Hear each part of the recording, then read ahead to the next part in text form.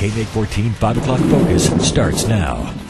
Flood evacuees are starting to look forward toward recovery and rebuilding. Welcome to KMEG 14 5 o'clock focus. I'm Michelle Stewart. For many, uncertainty and a feeling of homelessness are everyday realities, and tonight, the next step is our first focus. Even though it may be weeks before they can return, folks are getting ready for what will be left behind when the water is gone. KMEG 14's Jacob Heller joins us live with more on that story. Jake? Thanks, Michelle. In the coming months, as the Missouri River recedes and home and business owners return, they're going to find an unwelcome guest, mold. It's a dangerous substance, so the question becomes, how do you deal with it safely?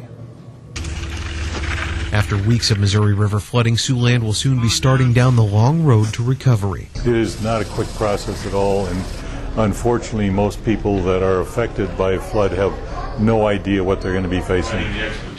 At a class Wednesday, Gene Borochoff with Jewish Response to Disaster began teaching people how to deal with the emotional, physical, and spiritually draining process of cleaning up after water has set in. Are you dealing with a few inches in the basement? Are you dealing with full basement? A major problem, mold. It starts growing in high humidity in as little as 24 hours, and once it sets in, it's everywhere. The space between the sheetrock behind it is growing mold just as is on the surface.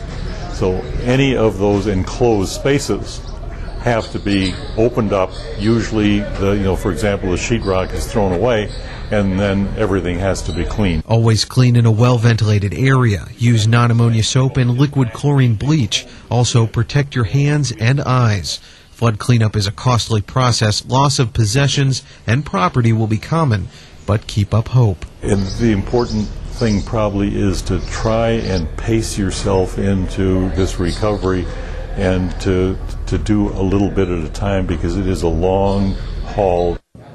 Remember, everyone has a different reaction to mold, so when you're dealing with it, just be careful. It's good to see folks getting prepared for the long recovery process, and this meeting today was about teaching organizations. Jake, is there anything scheduled for homeowners? Yes, there will be, Michelle. Hundreds of houses have been hit hard by the Missouri River, and homeowners will have a chance to learn how to safely deal with mold, too. There's a training session tonight. It's going on from 6:30 to 7:30 at the Dakota Valley High School in North Sioux City. All right. Thank you very much, Jake.